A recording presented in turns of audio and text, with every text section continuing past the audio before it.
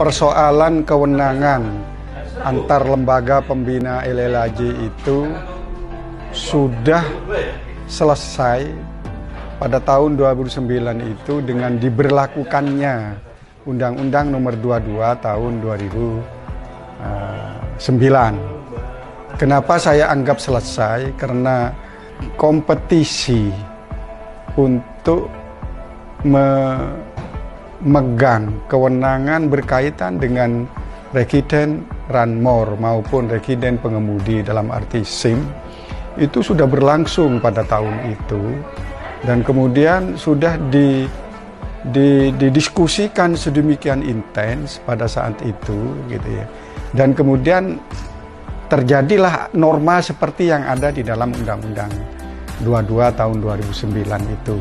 Kalau sekarang gitu masih ingin dipermasalahkan kembali pembagian kewenangan itu gitu, itu artinya suatu langkah mundur gitu.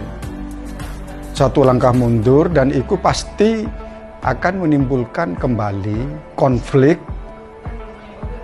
kompetisi merebutkan kewenangan yang sebenarnya sudah mapan pada masing-masing lembaga pembina.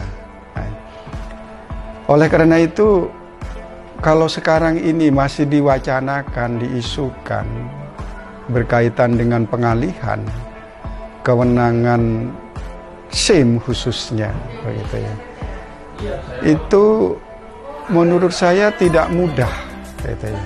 Tidak mudah itu karena pertama ya, kita tidak punya pengalaman mengenai pengalihan kewenangan dari satu lembaga ke lembaga yang lain.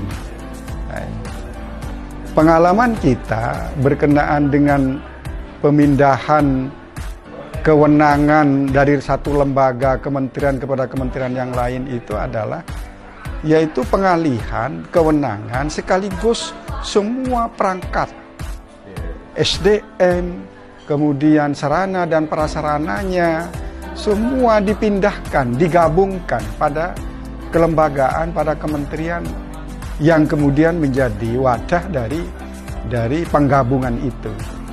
Satu kewenangan yang sudah dijalankan secara intens dalam rentang waktu yang lama dengan segala kos yang dikeluarkan baik untuk SDM, kualitas SDM, infrastruktur gitu ya, untuk melaksanakan itu ya. Pasti itu akan sangat sia-sia apa yang sudah ada itu gitu ya.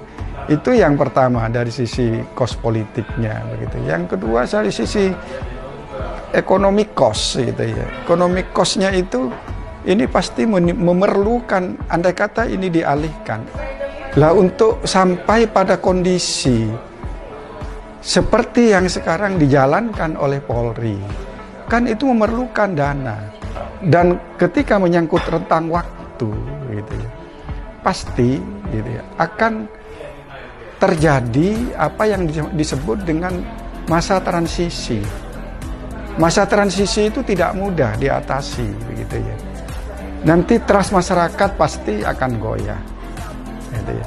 Belum lagi nanti kesempurnaan dari kinerja dari badan atau kementerian yang baru yang akan mengemban itu, dan itu adalah bagian dari social cost-nya begitu ya. Jadi masyarakat akan mengalami satu kegoncangan. Kegoncangan seperti apa? Ya tadi itu, trust pada yang baru belum muncul gitu ya. Karena kinerja dari lembaga yang baru pasti masih dalam proses untuk menata begitu ya. Gitu. Forum LLAJ itu kan dikehendaki menjadi jembatan ya antara lembaga pembina yang berbeda sektornya ini. Gitu.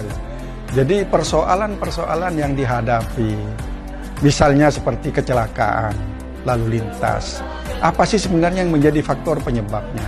Apa memang karena SIM-nya, atau karena jalannya, atau karena memang kendaraannya?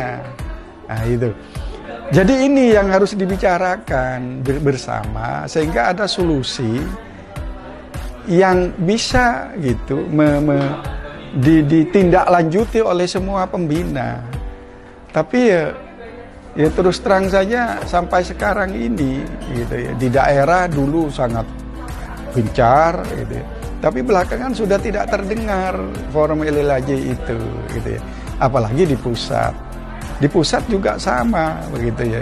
Jadi tidak jalan ini gitu ya. Jadi kembali pada semangat sektoral itu sehingga ya persoalan-persoalan gitu yang muncul gitu sebagai dalam dalam proses pelaksanaan dari undang-undang LLAJ ini kemudian tidak tertangani dengan baik gitu loh.